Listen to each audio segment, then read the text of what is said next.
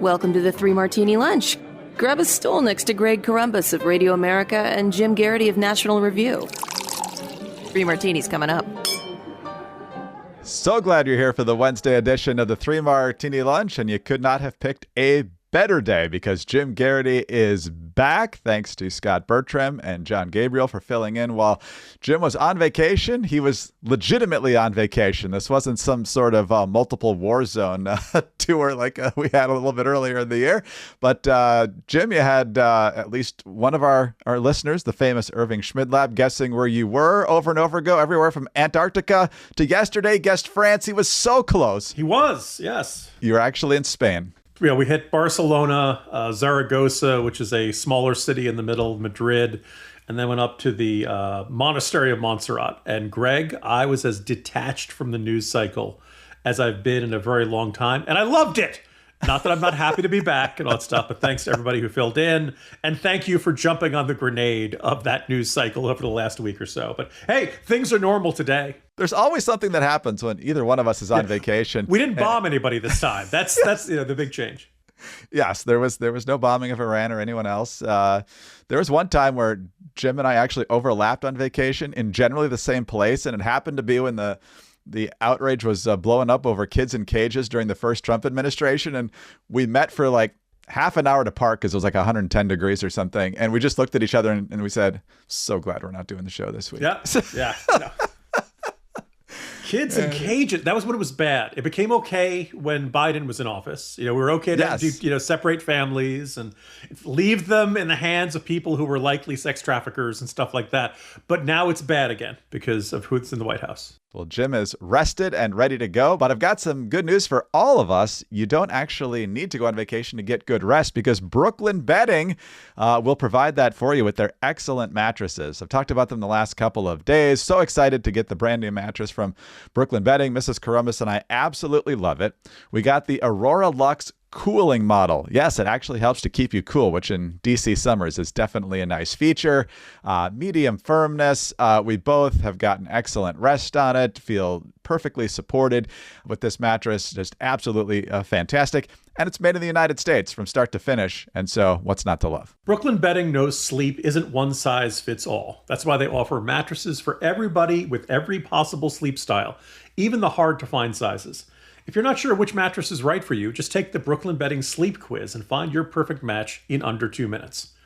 Brooklyn Bedding is one of the few mattress brands endorsed by the American Chiropractic Association for spinal alignment and back health, and they are 100% fiberglass free. So go to brooklynbedding.com and use our promo code 3ML at checkout to get 30% off site-wide. This offer is not available anywhere else. That's brooklynbedding.com and the promo code 3ML for 30% off site-wide. Make sure you enter our show name, 3 Martini Lunch, after the checkout so they know that we sent you.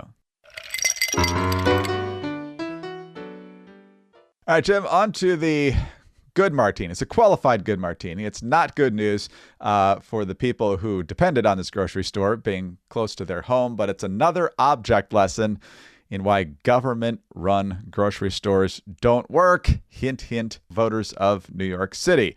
Your colleague Haley Strack with the story at National Review, a city-run grocery store in Kansas City that was propped up by more than 18 million taxpayer dollars has closed. Sunfresh Market opened in 2018 in the city-owned Linwood Shopping Center, part of a community improvement district. The shopping center received a multi-million-dollar renovation budget about a decade ago as part of the city's sprawling revitalization efforts on the east side. But after months of bare shelves, severe crime problems, and more, Kansas City has spent additional money to curb and what one reporter described as a rancid odor connected to improper drain maintenance. Sunfresh has now closed its doors. Haley also quotes the local NPR affiliate KCUR as pointing out that the city even pumped in $750,000 this year, mainly to address security because of all the crime and homelessness right around this neighborhood. Obviously not one of the more affluent neighborhoods in Kansas City.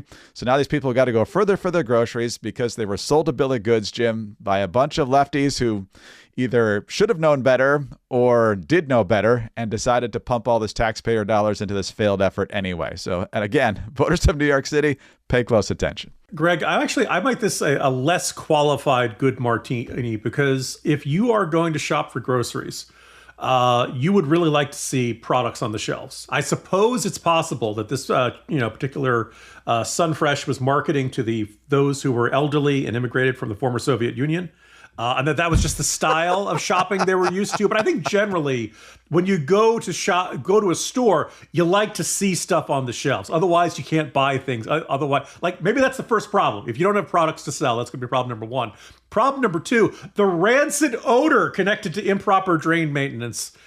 Look, I'm no Bob Vila, but I know to address that. I know you can't deal with, you can't just ignore it. Oh, maybe no one will notice, particularly when they're shopping for food. If people are retching and heaving, they're just not going to buy as much fresh produce. For some reason, that's, it doesn't put them in the mood.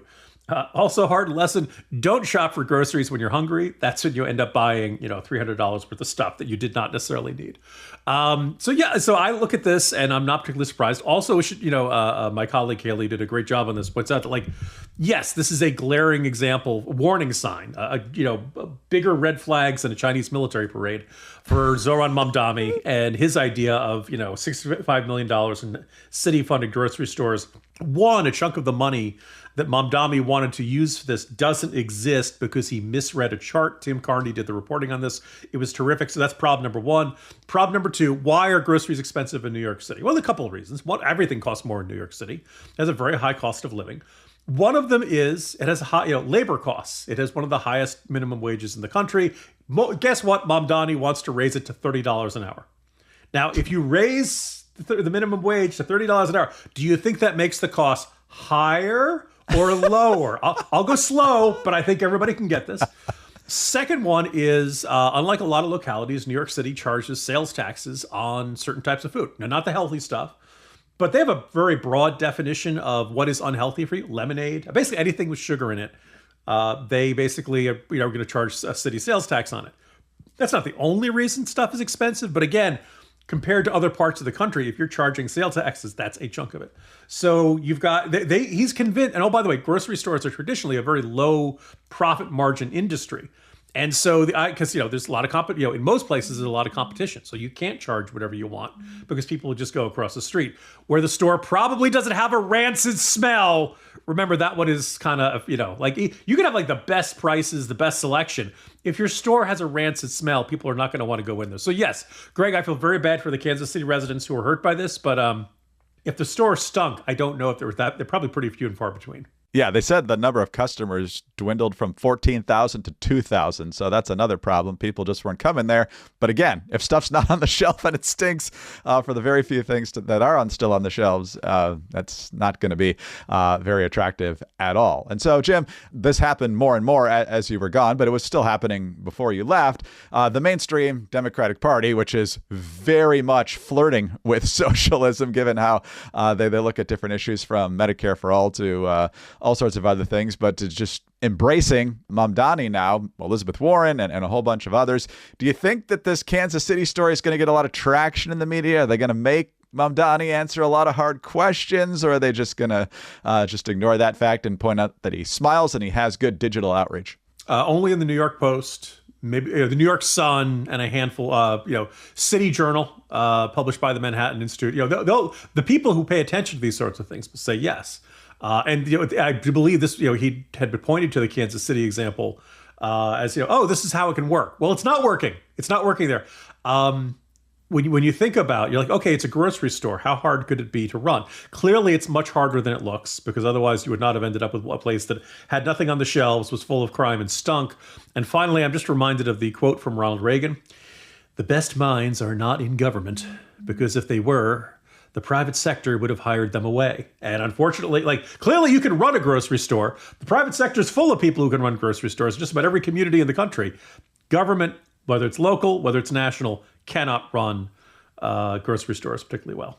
All right, let's talk about your business. Hopefully it's doing better than that grocery store in Kansas City, but it's still an interesting time for you. Tariffs, trade policies are dynamic, supply chains are squeezed, and cash flow is, tighter than ever. And if your business can't adapt in real time, you're going to be in a world of hurt. You need total visibility from global shipments to tariff impacts to real-time cash flow. And so your solution for all of these needs, NetSuite by Oracle, your AI-powered business management suite trusted by more than 41,000 businesses. NetSuite is the #1 cloud ERP for many reasons. It brings accounting, financial management, inventory, and HR all into one suite. Now you have one source of truth giving you the visibility and control that you need to make quick decisions. With real-time forecasting, you're peering into the future with actionable intelligence. And with AI embedded throughout, you can automate a lot of those everyday tasks, letting your teams stay strategic. NetSuite helps you know what's stuck, what it's costing you, and how to pivot fast.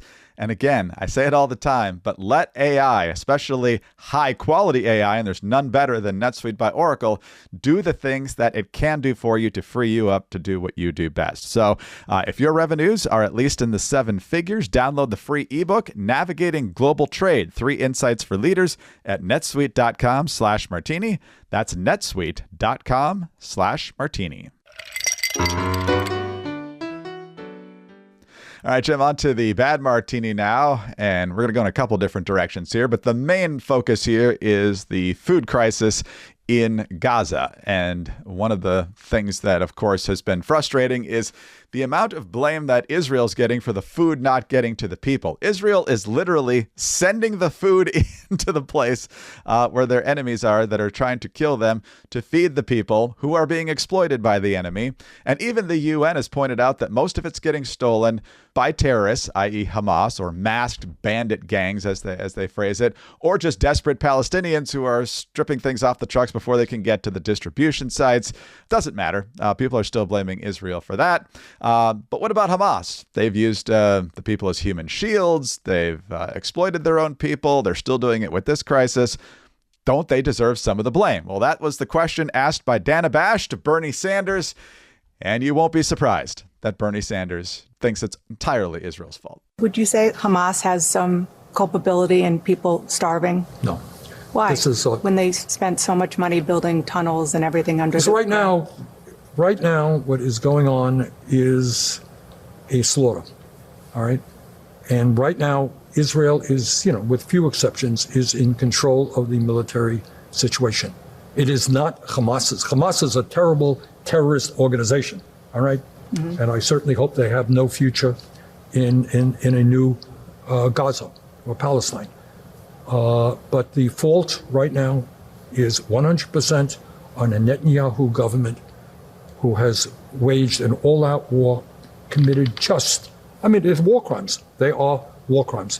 Netanyahu is a war criminal, just as the guy who was head of Hamas is a war criminal. And the United States taxpayers should not be funding Netanyahu. Just like the guy who was head of Hamas, he assumes he's basically saying on 10/7. So it's the same thing. They're absolutely equivalent, Jim, which is nuts in itself. But you've taken a closer look at the famine numbers, not only in Gaza, but also beyond, and found some things as well. So what's your reaction to Bernie and the reality on the ground there?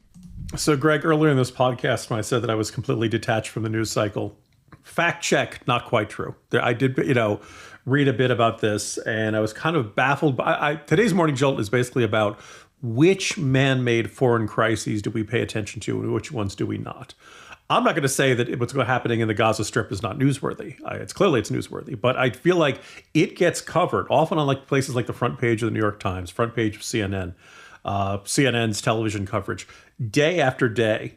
And it is consistent. It's always considered. And from the coverage, you would think that the famine going on in the Gaza Strip, or the number of people at risk for malnutrition who don't have enough to eat in the Gaza Strip, was the worst humanitarian crisis in the world.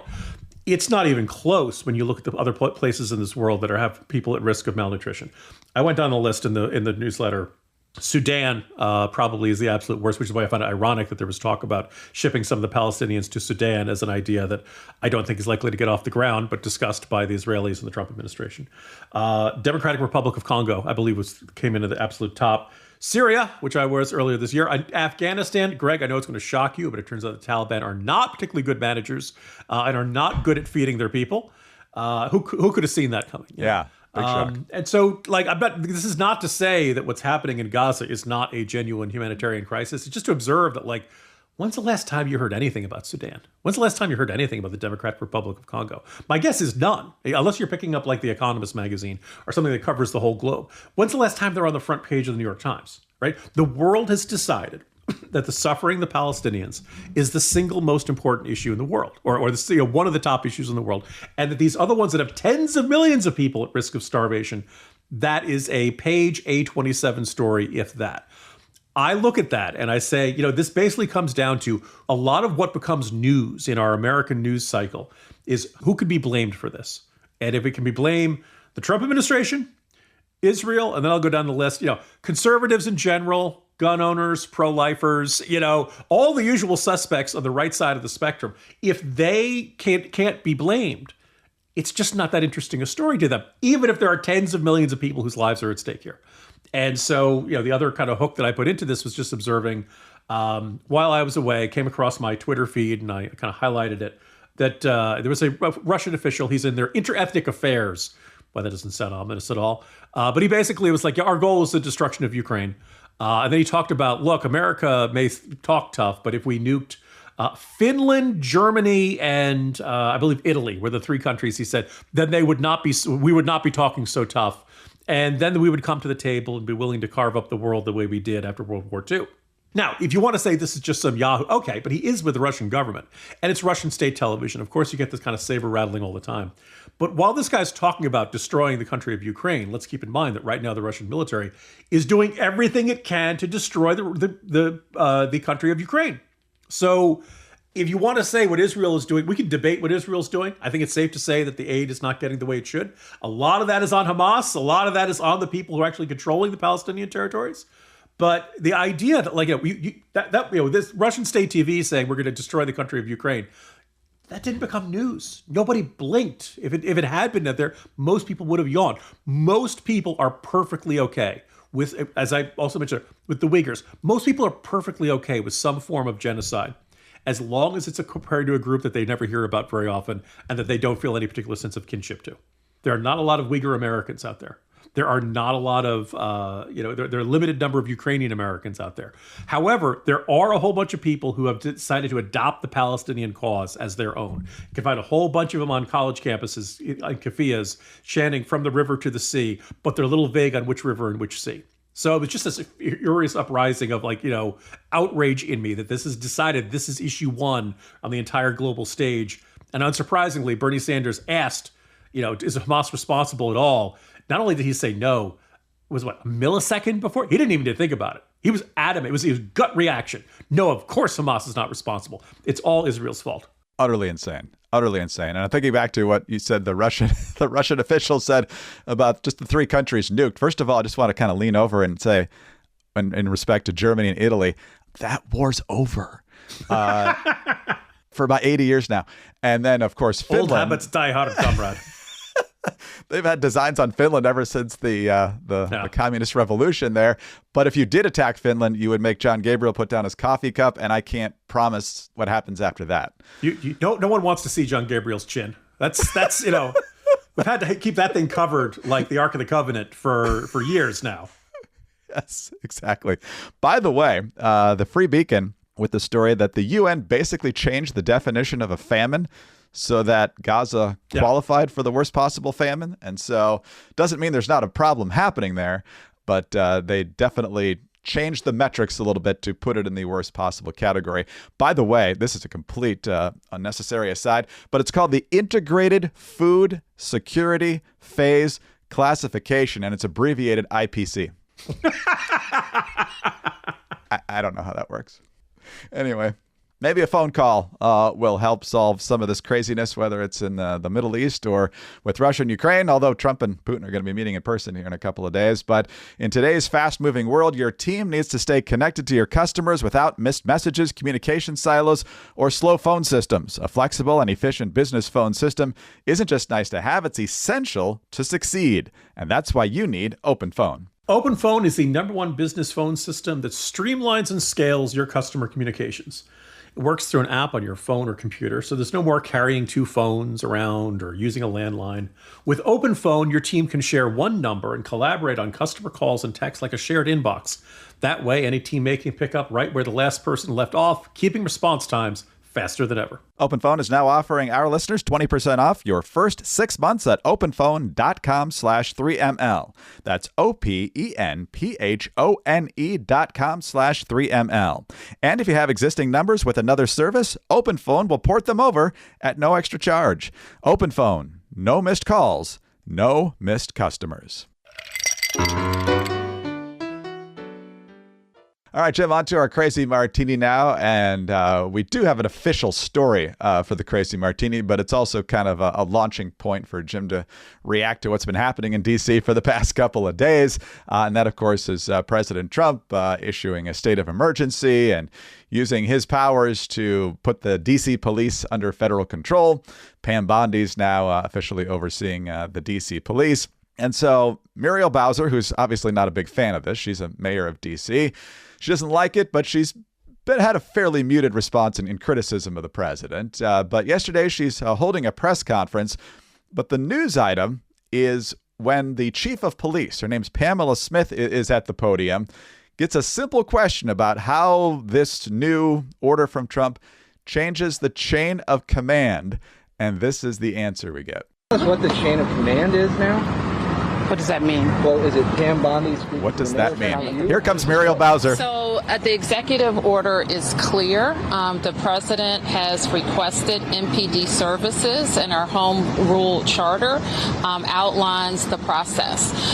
The president designated Attorney General Bondi as his proxy to request services through me. So that's Mayor Bowser stepping up to save the day on the question there. So Pamela Smith didn't say, I'm not sure, everything's kind of in flux right now, we'll see how it all shakes out. No, the response was, what does that mean? If you don't know what the chain of command means, not sure you're in the right job. But Jim, what do you make of that and where we stand now here? Yeah, there are times where you could say, oh, the wording of the question is unclear, or they could have phrased it, but I don't see what is the chain of command. Seems like a pretty straightforward question there. Look, you and I live in Northern Virginia. I still go into the city every now and then, but there are you can just see it, or particularly around certain neighborhoods. I think around the Arena is a particularly good example.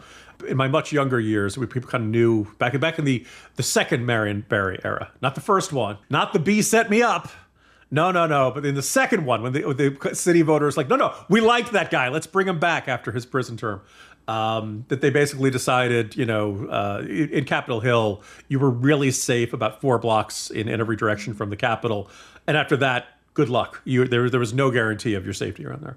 And that's kind of the way, D.C. had been for a long time. But you can now see previous places that used to be safe are not. Union Station stands out for a while. They reopened the Starbucks. That's probably the best sign you could say about Union Station. People describe terrible violence out there. And it's not just, I would argue, the violence. I think that is a measuring stick. The groups of teens running around, the street harassment. I think a lot of it is... It's not merely the presence of the homeless. It's the homeless person, the guy who's like walking around the street, screaming at people at the top of his lungs in a very menacing way. There's always been a drug problem in the city, but now it's the idea of open air drug use. Junkies who are, half naked, sleeping in the sidewalk that you have to step over. Like, all of these are signs that create this vibe and this atmosphere of urban chaos. We can argue about whether the assault on the Doge employee nicknamed Big Balls was the sort of thing that should trigger presidential intervention. And I think I, concur with most of my colleagues when I observed, like, really the problem, like putting another FBI agents, as they did earlier this week, that's not going to hurt. Having the National Guard in the streets, that's not going to hurt. You're not going to see a lot of people start in trouble with, soldiers in the streets. This is not going to harm, but you can't keep them there deployed forever, that they have other duties they need to attend to. In the end, the District of Columbia needs 2 things. One, it needs a larger and well-trained police force. And secondly, it needs prosecutors who will put people behind bars for a long period of time.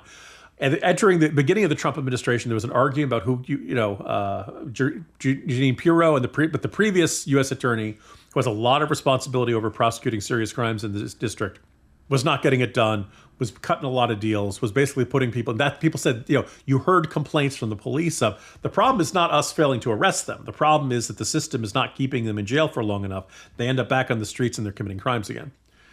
Those sound like, again, I don't begrudge the president making this move. I think in the end, I think it's a Band-Aid. I think you probably will see a fairly quick response.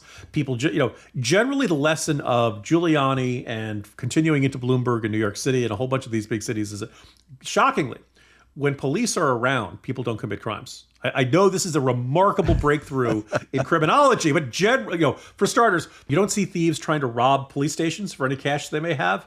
And secondly, donut shops. They almost never get robbed because people know that there are cops hanging around there, right? So if you have the police out there, and one of the big responses of Bratton under Giuliani was just like, visible police presence is a deterrence to crime. The other one was, we can argue about the broken windows theory, but I think what happened in the 90s all makes sense. For a long time, the NYPD ignored turnstile jumpers. The idea was a minor crime. It doesn't really affect anybody. It's not a serious thing. They started enforcing them under Giuliani. When they did them, they also did pat-downs. And lo and behold, they found people with guns. They found people with knives. They found people with crack pipes and other drug paraphernalia. Well, now it's not just a turnstile jump charge. Now you've got a weapons charge. Now you've got a drug charge. You got stuff like that. So now you have a chance to put them in jail. So two things happened. One is they started putting bad guys behind bars for longer. But the second thing they did was that people started realizing, leave your guns at home.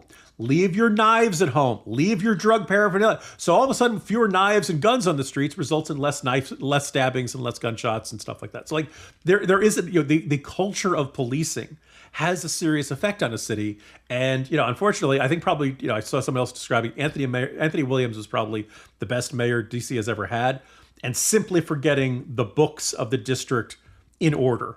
Like they finally have accurate numbers of how much money they were spending and how much money. That's the low bar we have set for mayors of DC. So that's what.